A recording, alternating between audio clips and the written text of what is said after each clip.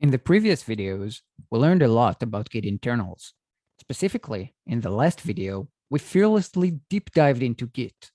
We used echo and low-level commands such as git hash object and created an entire repository from scratch. Understanding the concepts of Git can help us in many cases. Sometimes it can help us when things go wrong. For example, when we did something we didn't want to do and we would like to go back in time. We'll call these cases Gitsasters, that is, disasters when working with Git. This video, as well as the next one, will provide you with some superpowers. After these two videos, you will feel confident when things go wrong in Git. When someone commits to the wrong branch, they will call you and you will be able to help out. When a team member loses important changes they have made, you will be the person to consult with. In these two videos, we'll deepen our understanding of Git while acquiring new tools, especially for rewriting history. We'll also apply these tools to real-life scenarios. For that, let's start with a quick recap, specifically about the process of recording changes to a Git repository. As we explained in a previous video, when we work with Git, we always have a working tree. A working tree is any directory on your file system which has a repository associated with it. Typically, the working tree is indicated by the presence of a subdirectory within it named .git. A repository is a collection of commits. Each commit is an entire archive of what the project's working tree looked like at a past date, whether on your machine or someone else's.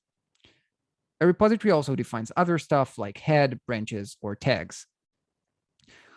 Also, in Git, we have the index or the staging area, which are two names for the same thing. Unlike other similar tools you may have used, Git does not commit changes directly from the working tree into the repository. Instead, changes are first registered in something called the index, again, or the staging area. As we mentioned in a previous video, we can think of the index as a way of confirming your changes one by one before doing a commit, which records all your approved changes at once. We can think of these three states as three different trees: the working tree, the index, and the current commit in the repository. Let us create a repository with an initial commit. So let us use git init and cd into my repo. So this is the directory, my repo now. And we can see it has a .git folder. And now let's create a file. So this file includes the string hello. Where is it now? It's in the working directory, yet it is currently untracked as Git never included this file in the index. If we use Git Status, we'll see that 1.txt is an untracked file. Okay, how do we add it to the index? We use git add. Let's use Git Status again. We can see that now 1.txt is included within changes to be committed. In other words, it's in the index. And now let's commit it. So I can use git commit and provide some message. So initial commit.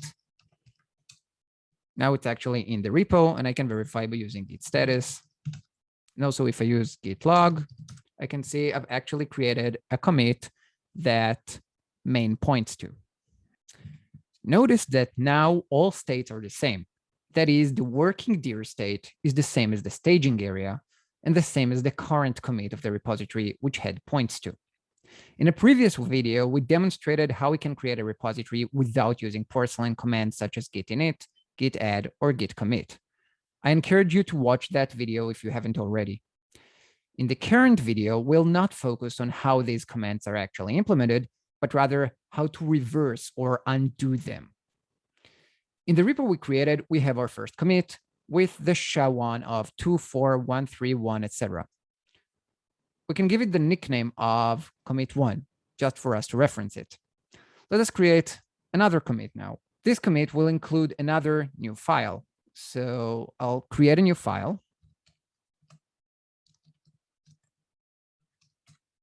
This file is now in the working directory. Let's add it to the index and verify. Indeed, it's in the index. Now I'd like to commit it. I'm going to call it commit2, and I'll call it commit 2.0 because we're going to make changes to it later. Now, if we use Git status, of course, everything is clean. We don't have anything to commit.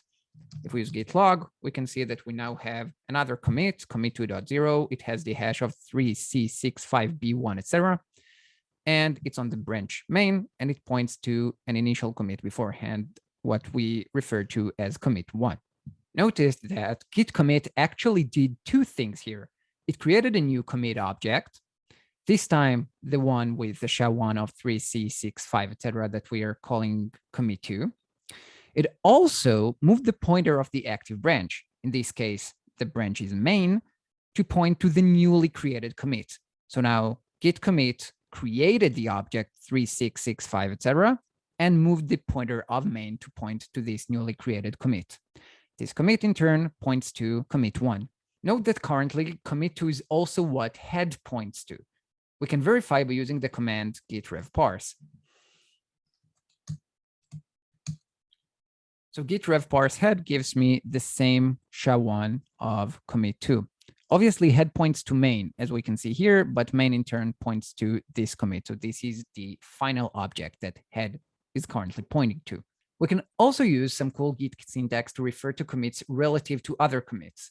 For example, if we refer to head ~1, as we can do like this, for example, we're actually going to refer to commit 1, because we actually said go to head and then go to its direct parent, to the direct parent of head.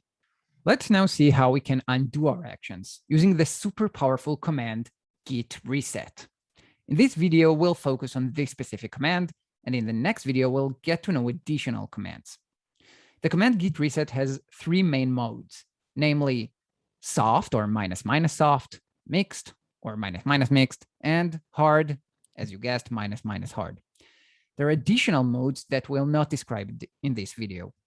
The first step of Git Reset, regardless of the mode we provide, is to move whatever head is pointing to.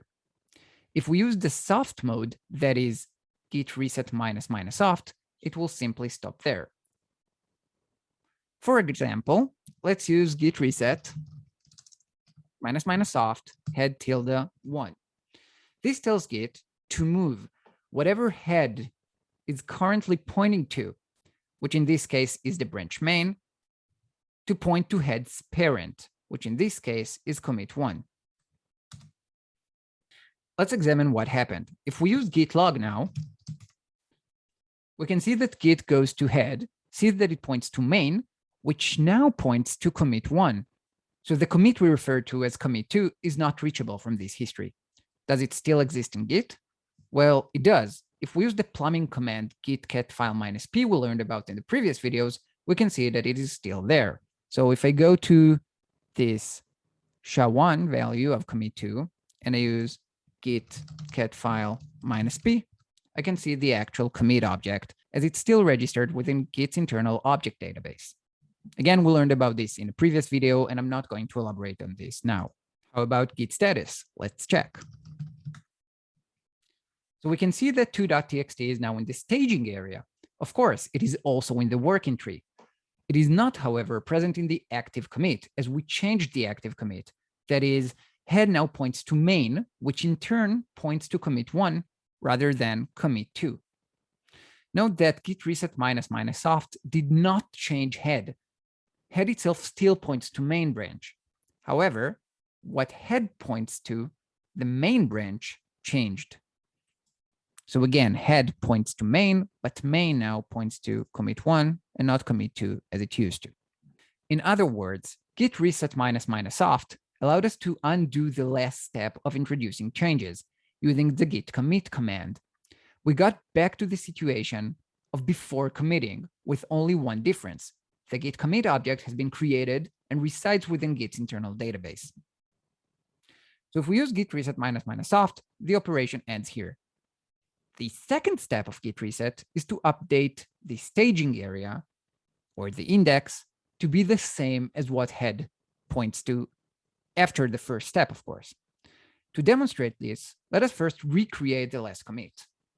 As everything exists in the index, I'm simply going to use git commit again, this time I'll call it commit 2.1 as it's kind of a new version of commit 2. Of course, it's a completely different object. We just refer to it as commit 2 or another version of commit 2 to clarify that it's the same file and it hasn't changed, or that we refer to the roughly same concept here. I will refer to this commit as commit 2.1 as the tree it references is exactly the same as the original commit 2. But of course, it has a different timestamp and as a consequence, a different SHA-1 value, and it's a different object.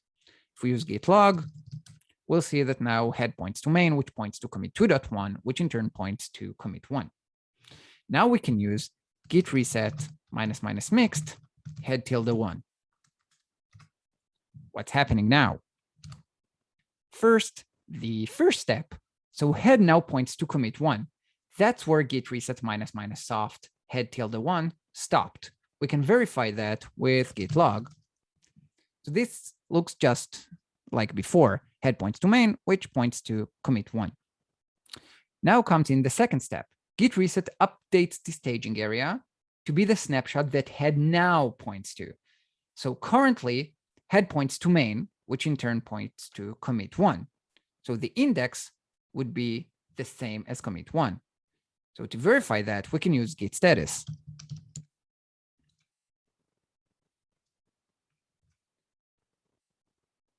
We can see that now 2.txt is no longer a part of the staging area.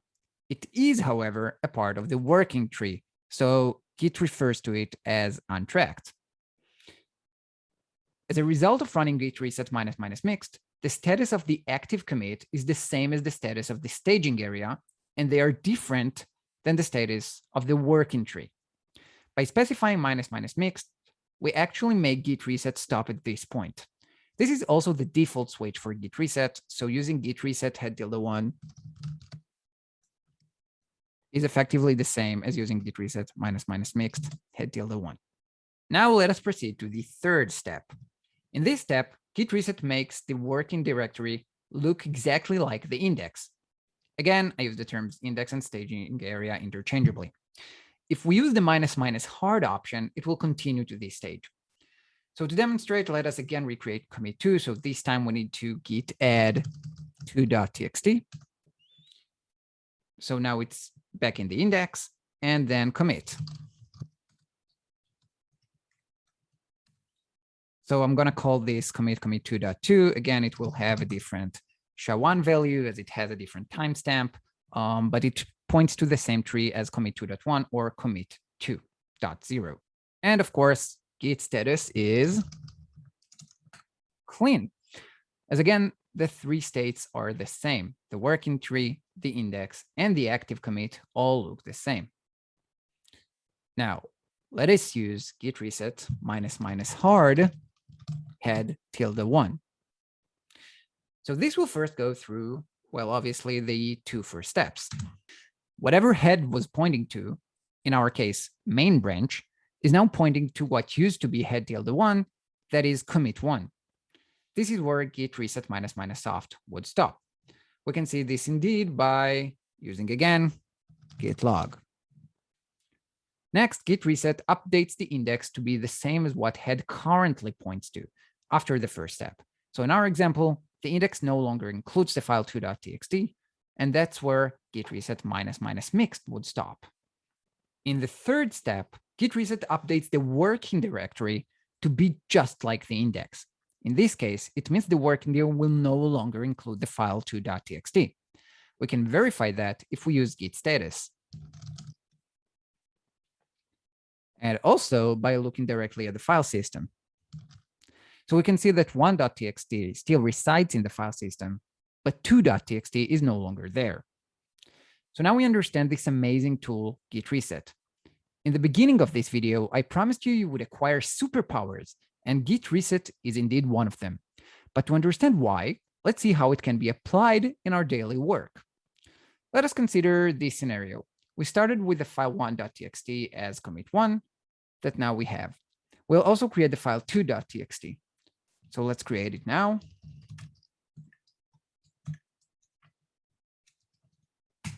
And commit it.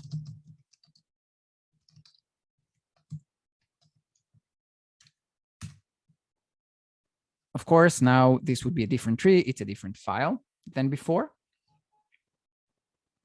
Oh, but wait, I forgot. I wanted to write actually that brief channel is awesome and not just brief channel. Well, what can I do? Of course, I can create a new commit and add it to the commit history, but it would mean that this commit 2.3 is just a mistake I would rather avoid, and I would have another commit in the history. How can I undo it? Well, one way would be to use Git Reset --soft head ~1. Now I undid the last operation of making head point to the new commit. I can now make changes to 2.txt as I wish. So now before making changes, if I look at its contents, it includes the text brief channel, and I will append to it is awesome. So let's look at the content of 2.txt. Cool. And let us now add it to the index and commit.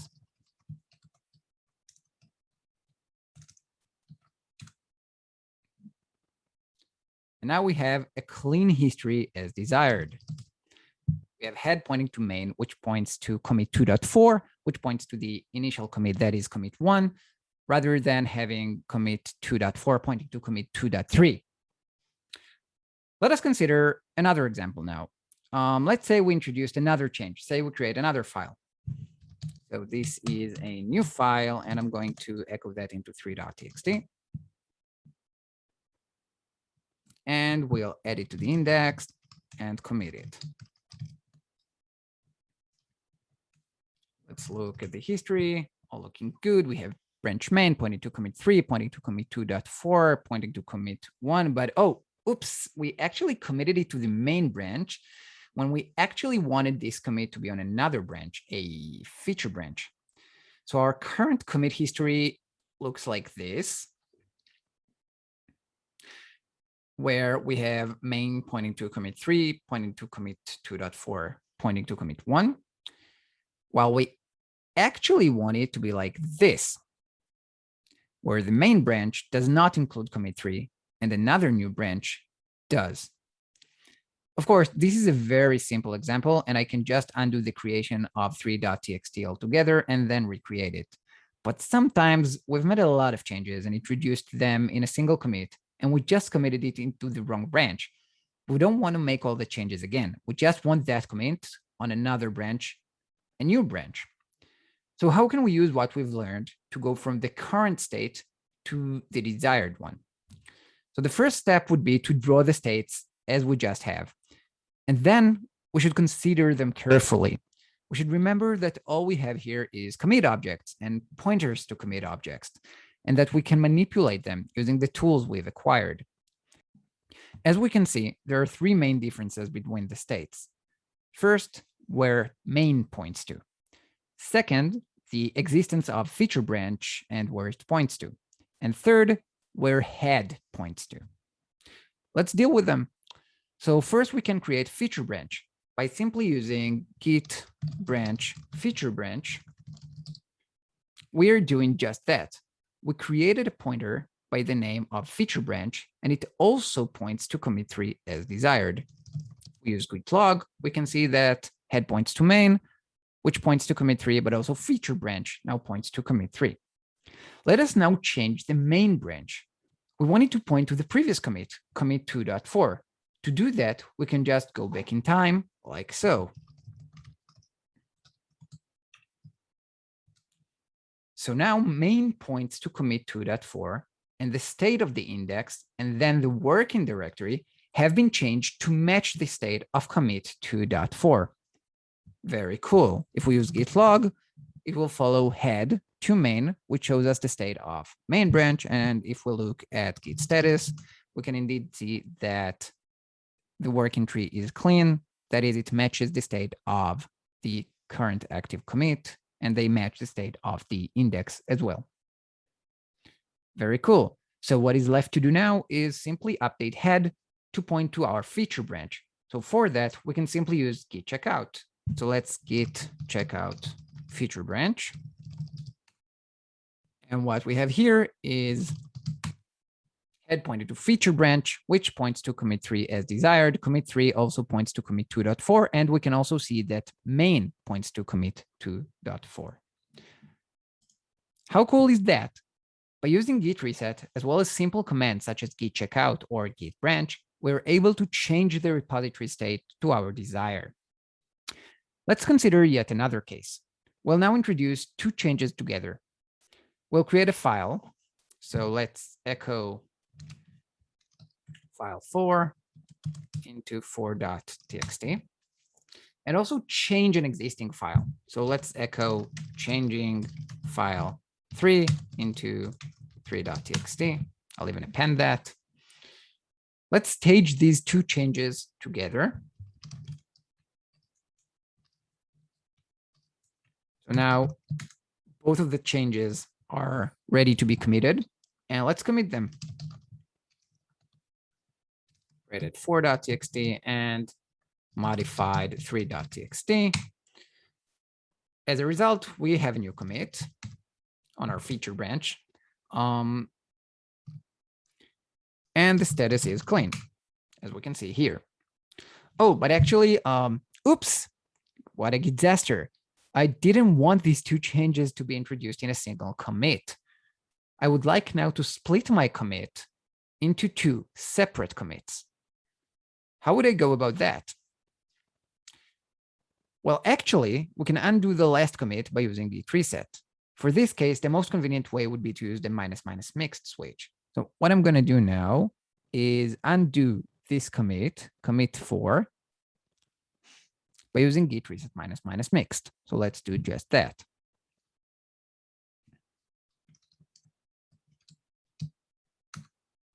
So now the repository is back to where it was, with commit 3 being the last commit. That is, head points to feature branch, which points to commit 3. Also, the index resembles commit 3. Yet the work in dir includes our changes. So we can now add them to the index and commit them separately. As we can see on Git Status, changes are not currently staged. They're not part of the index. So let's say I would like to have a commit that changed 3.txt. I can just git add 3.txt in this case, and let's commit it. Change 3.txt. This is commit 3.1. And let us also add 4.txt as a separate commit. So let's git commit it. Created 4.txt. This is commit 4.0. Cool. So now we have two separate commits. We have commit 4, which includes the addition of 4.txt, and we have commit 3.1, which includes a change to 3.txt. Again, we're able to use the git reset command to easily modify our history and match the state we want it to be. I don't know about you, but I feel very satisfied. I think now would be a good time to summarize what we've covered in this video and prepare for the next one. In this video, we started with a recap of how changes are introduced to a Git repository, focusing on 3 states: the work in dir, the staging area, and the repository.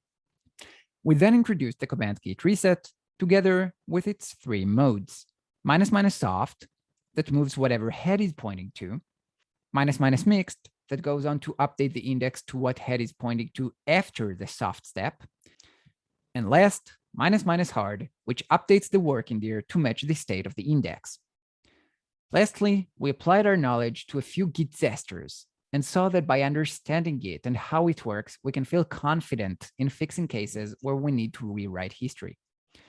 In the next video, we'll acquire additional tools to rewrite history and deal with Gitsasters. For example, we'll learn how to deal with cases where we push our changes to the remote and then regret it, or when we used git reset --hard to rewrite history and then we regret it. I hope that following this video, you understand Git Reset and how it works, and already feel confident when dealing with some of the Gitsasters that can happen while working with Git. See you in the next video. By the way, thank you so much for all your comments and requesting to make more videos. I'm very happy I'm able to create those videos, and I know it sometimes takes time, as I'm trying to put a lot of effort into each one of these videos to make them as beneficial to you as possible. Please subscribe, share those videos for others to see and enjoy. Thank you.